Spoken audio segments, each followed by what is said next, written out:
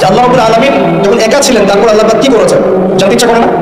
আচ্ছা, আজকে আমরা হিস্ট্রিটা বলছি। শুনুন, আল্লাহ পাক একা ছিলেন, তারপর আল্লাহ সৃষ্টি করেছেন আরশে আজিম। এই জায়গাটা একটু ফাঁকা করে দিয়েছে। আল্লাহ পাক সৃষ্টি করেছেন কি? আরশে আজিম। আরশ কি জিনিস?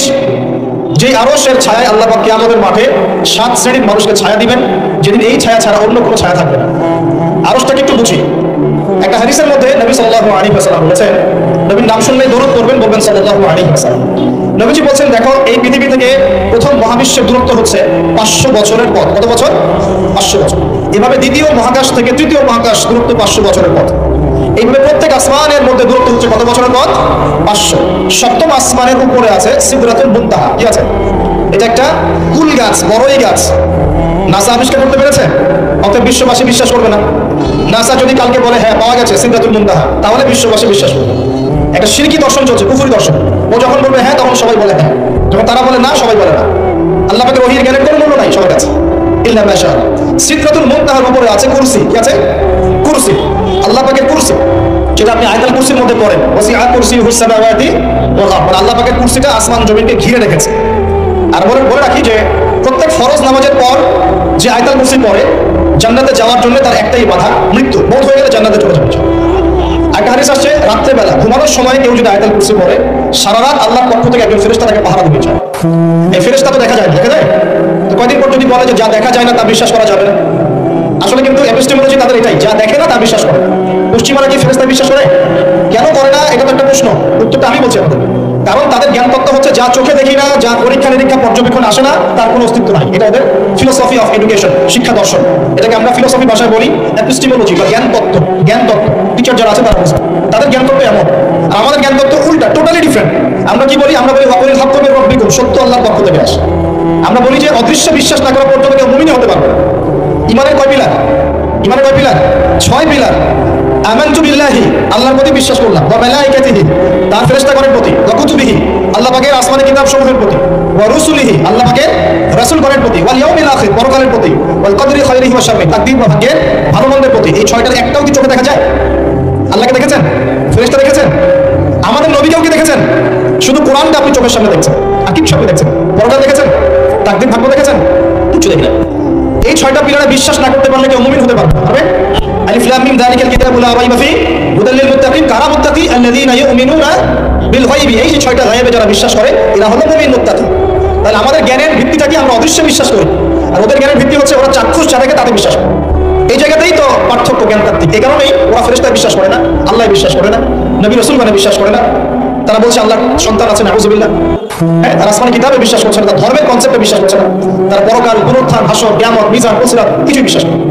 বিশ্বাসগত পার্থক্য এখানে। এখন মুমিন মুসলিম হিসাবে আমরা বিশ্বাস করি আল্লাহ পাকের ফেরেশতা আছে না নাই? আছে। এখন এই ফেরেশতারা 8জন ফেরেশতা, বড় বড় 8জন ফেরেশতা, তারা আল্লাহ পাকের আরশটাকে ধরে রেখেছে। কয়জন ফেরেশতা? 8জন। এই 8জন ফেরেশতা আল্লাহর আরশকে টেনে নিয়ে আসবে কিয়ামতের মাঠে। আল্লাহ পাকের এমনও ফেরেশতা আছেন যারা একটা ফুৎকার দিবে, জাস্ট একটা ফুট, এক ফুৎকারে পুরো মহাবিশ্ব ধ্বংস হবে। এত শক্তিশালী ফেরেশতা আছে। আমরা যখন মায়ের গর্ভে ছিলাম, এরকম একজন ফেরেশতাই আল্লাহর পক্ষ থেকে রূহ নিয়ে এসে মায়ের গর্ভে ফুঁকে দিয়েছে এবং আল্লাহর হুকুমে 4টা বিষয় লিখে দিয়েছে।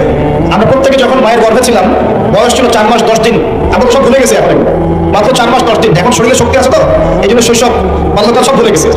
আবার একদিন শরীরে শক্তি থাকবে না, তখন আবার আল্লাহ করা শুরু করবে। 2 দিন ডায়রিয়া হলেই আল্লাহ শুরু করবে। যখন সুস্থ থাকে আল্লাহর বিরুদ্ধাচরণ করে, আল্লাহ বলতে কেউ নাই। ঠিক আছে? তো ওই ফেরেশতা লিখে দিয়েছেন 4টা জিনিস আল্লাহর পক্ষ থেকে। 1, সেই ব্যক্তির হায়াত কতটুকু হবে। 2, দুনিয়াতে রিজিক পাবে, কি কি রিজিক পাবে। 3 নাম্বার, তার কাজগুলো কি কি হবে, দুনিয়ায় কি কি কাজ করবে সে। আর 4 নাম্বার, তার সৌভাগ্য, সে সৌভাগ্যবান হবে না দুর্ভাগ্যবান হবে, মানে জান্নাতি হবে না জাহান্নামী হবে। এটা লিখে দেওয়া হয়ে গেছে। এখন এরকম 8জন বড় বড় ফেরেশতা আল্লাহর আরশটাকে ধরে রেখেছে। আর আমরা বলছি কুরসির কথা। এই কুরসি আসমান জমিনকে ঘিরে আছে। আর আয়াতুল কুরসি যে ব্যক্তি তেলাওয়াত করবে, ইনশাআল্লাহ তাআলা আল্লাহর পক্ষ থেকে একজন ফেরেশতা তাকে সারা রাত পাহারা দিবে। এই কুরসির উপরে কি আছে? এই কুরসির উপরে আছে মহাসাগর। কি আছে? অ্যামেজিং না? কখনো শুনেছেন? কুরসির উপরে আছে মহাসাগর। কানা আরশুহু আলাল মা, আল্লাহ পাক সূরা হুদের মধ্যে বলেছেন আল্লাহর আরশটা ছিল পানির উপরে। কিসের উপরে? এই মহাসাগরের গভীরতা নবীজি বলছেন এটা হচ্ছে 500 বছরের পথ। কত বছর? 500 বছর। আর আমরা যে সাগর দেখি, এই সাগরের নিচে কি আছে কে বলতে পারে? এই সাগরের নিচে কি আছে? এই সাগরের নিচে আছে আগুন। কি আছে? আগুন। কিয়ামতের মাঠে এই বঙ্গোপসাগরে আগুন লেগে যাবে। মানুষকে বিশ্বাস করতে পারে? এখন যে সাগরটা দেখছেন পানি ভর্তি মহাসাগর, এখানে আগুন লেগে যাবে, আগুন দিয়ে সাগর জ্বলতে থাকবে। কিয়ামত যদি কেউ চোখে চোখে দেখতে চায়, সে যেন সূরা তাকবীর পড়ে। কোন সূরা? সূরা তাকবীর। আমপানে দেখবেন সূরা তাকবীর আছে। ইদা শামসু কুবিরাত ওয়া ইদা নুজুমু কাদারাত ওয়া ইদা জিবালু সুজিরাত ওয়া ইদা ইশারু উতিলাত ওয়া ইদা উহুশু হুশিরাত ওয়া ইদা বিহারু এই তো প্রিয় ভাইরা, সাগর নিয়ে দুটো কথা বলেই দিই। সেটা হলো আল্লাহ পাকের সমস্ত সৃষ্টি আল্লাহ পাকের তাসবিহ পাঠ করে, এমনকি এই সাগরও আল্লাহর তাসবিহ পাঠ করে। এবং প্রতিটা সৃষ্টি পরকালের সাক্ষী হয়ে থাকবে। ওই সাগরের কিনারে দাঁড়িয়ে যারা ন্যাংটা হয়ে নগ্ন হয়ে দাঁড়িয়ে আছে, গোসল করছে, সাগর তাদের বিরুদ্ধে সাক্ষী দিবে। ওখানে দাঁড়িয়ে যারা গাঁজা খাচ্ছে, ফেন্সিডিল খাচ্ছে, ইয়াবা খাচ্ছে, সমকামিতা করছে, গান বাজনা করছে, সাগর ওদের বিরুদ্ধে সাক্ষী দিবে। এই যে আজকে যেখানে বসে আমরা ওয়াজ মাহফিল করেছি, দিনের কথা বলেছি, এই মাটি কালকে আমাদের সাক্ষী দিবে এখানে ভালো কিছু হয়েছে। গোপনে যেখানে জিনা করেছেন পতিতালয়ে, সেই পতিতালয়ের মাটি আপনার বিরুদ্ধে সাক্ষী দিবে। আল্লাহ পাকের প্রত্যেকটা সৃষ্টি আল্লাহর কাছে সাক্ষী প্রদান করবে আমাদের বিরুদ্ধে অথবা পক্ষে। আল্লাহ আমাদেরকে বোঝার তৌফিক দান করুন। সাগর থেকে শেখার অনেক কিছু আছে। সে নীরবে আল্লাহ পাকের হুকুম পালন করা যায়। কখনো কি সে হুকুম পালন করতে থেমে যায়? আসমানের পাখির দিকে হেদায়েত আছে, তারা আল্লাহ পাকের তাসবিহ পাঠ করে। গাছপালা আল্লাহর তাসবিহ পাঠ করে। আসমান জমিন চন্দ্র সূর্য যা আছে আল্লাহ পাকের সমস্ত সৃষ্টি আল্লাহর তাসবিহ পাঠ করে। আল্লাহ পাকের দুইটা নাফরমান সৃষ্টি আছে, একটা হলো মানুষ আর একটা হলো জিন জাতি। এই দুটোই সবচেয়ে নাফরমান সৃষ্টি। ওদিকে আমি পরে আসছি। সাগর কি শেখায়? বিনয়ী হতে শেখায়। কারণ সে অনেক শক্তিশালী, সে অনেক শক্তিশালী এবং প্রচুর সম্পদে ভরা। এই সাগর এই পুরো এলাকার বা পুরো দেশের কোটি কোটি মানুষের রিজিকের উৎস এই সাগর। তার ভিতরে আল্লাহর রিজিক আছে, সম্পদ আছে। অনেক সম্পদে পরিপূর্ণ থাকার পরেও সাগর খুব শান্ত, তার মধ্যে খুব উদ্ধত অহংকারী আচরণ দেখা যায়। ঠিক আল্লাহর জ্ঞানী মানুষরা সমুদ্রের মতো হয়, তাদের ভিতরে অনেক জ্ঞান থাকে, কিন্তু তারপরেও তারা শান্ত থাকে, বিনয় থাকে। আর যাদের ভিতরে সম্পদ কম তাদের লাফালাফি বেশি। কথা বুঝতে পারছেন? সাগর এত শক্তিশালী হওয়া সত্ত্বেও আপনি তার সামনে গিয়ে দাঁড়ালে সে আপনার পা ধুয়ে দেয়। আল্লাহ বিনয়ী মানুষ এমনই হয়, অনেক শক্তিশালী হওয়া সত্ত্বেও, সম্পদশালী হওয়া সত্ত্বেও তারা আপনার পা ধুয়ে দিবে। অনেক শেখার আছে, অনেক কিছু। সাগর সম্পর্কে অনেক আয়াত আছে কোরআনে। যখন সাগরে নৌযান চলাচল করে তখন আল্লাহ পাক যদি ঝড় ঝাপটা দেন, প্রাকৃতিক কোনো বিপর্যয় দেন, তাহলে মানুষ মুখলেস ভাবে আল্লাহকে ডাকা শুরু করে। যখন সে সেখান থেকে উদ্ধার পায়, আল্লাহ পাক উদ্ধার করে দেন, বিপদ থেকে বাঁচিয়ে দেন, আবার সে আল্লাহর সাথে শিরক করা শুরু করে। এই আয়াতগুলো সূরা ইউনূসের মধ্যে আছে। তো আমরা চেষ্টা করবো সাগরের মতো সম্পদশালী হওয়ার জন্য। সম্পদশালী ভিতর থেকে, ভিতরে সম্পদ থাকবে, যেমন ভিতরে জ্ঞান থাকবে কিন্তু বাইরে বিনয়ী ভাব থাকবে। সাগরের মতো পা ধুয়ে দেওয়ার মানসিকতা থাকতে হবে। এবং যখন সে আল্লাহর হুকুমে মানে গর্জন প্রদান করা শুরু করে তখন কিন্তু সামন পিছন সব ভাসিয়ে নিয়ে চলবে। তাই নরমালি শান্ত থাকতে হবে, যখন আল্লাহর হুকুম আসবে তখন ঝাঁপিয়ে পড়তে হবে। কথা কি বুঝতে পারছেন? সমুদ্রের মতো অনেক কিছু শেখার আছে। এগুলো শিখতে হলে আগে দৃষ্টিভঙ্গি চেঞ্জ করতে হবে। সাধারণ মানুষের মতো সব দেখলে হবে না, আপনাদের খিদর আলাইহিস সালামের মতো দেখতে হবে। তার মতো মুসা আলাইহিস সালাম বলছেন যে নৌকা ফুটা করলেন কেন? সূরা কাহফ কেউ পড়েছেন? সূরা কাহফ পড়েছেন তো? নবী মুসা আলাইহিস সালাম বলছেন নৌকা ফুটা করলেন কেন? তিনি বলছেন নৌকা ফুটা না করলে জলদস্যু নিয়ে চলে যেত। মুসা আলাইহিস সালাম বলছেন নিষ্পাপ বাচ্চাকে হত্যা করলেন কেন? খিদর আলাইহিস সালাম বলছেন এই বাচ্চাকে হত্যা না করলে এই বাচ্চা বড় হয়ে বড় কাফের হতো, পিতামাতাকেও কাফের বানাবে।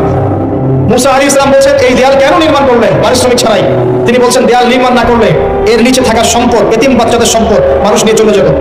তিনটা প্রশ্নেই মুসা আলাইহিস সালাম বাইরের চোখে দেখেছেন, খিদর আলাইহিস সালাম তার ভিতরের চোখে দেখেছেন। এই যুগে যদি আপনি ফিতনা চিনতে চান, দাজ্জালীয় সভ্যতাকে চিনতে চান, তাদের প্ল্যানগুলো বুঝতে চান, স্বাভাবিক দৃষ্টিভঙ্গি দিয়ে দেখলে হবে না, ভিতরের চোখ দিয়ে দেখা শিখতে হবে। এটা সবচেয়ে বড় কথা আজকের মাহফিল। দৃষ্টিভঙ্গি চেঞ্জ করতে হবে, তারপরে আপনি ফিতনা ধরতে পারবেন, সমাধান খুঁজে বের করতে পারবেন ইনশাআল্লাহ। তবে বাস্তবতা কি জানেন?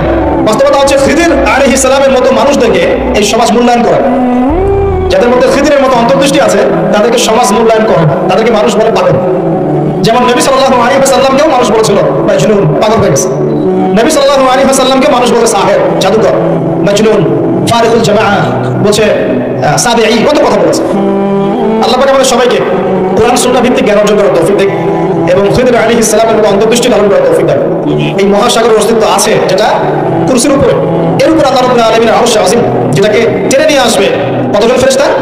8 জন। আগে হাদিসটা শুনি। আল্লাহ পাক বলেছেন, দুঃখিত, নবী সাল্লাল্লাহু আলাইহি ওয়াসাল্লাম বলেছেন কিয়ামতের মাঠে আল্লাহ পাক 7 শ্রেণীর মানুষকে এই আরশের ছায়া দিবেন। কত শ্রেণী? যুবক ভাইরা হাদিসটা খুব ভালো করে শোনেন, কারণ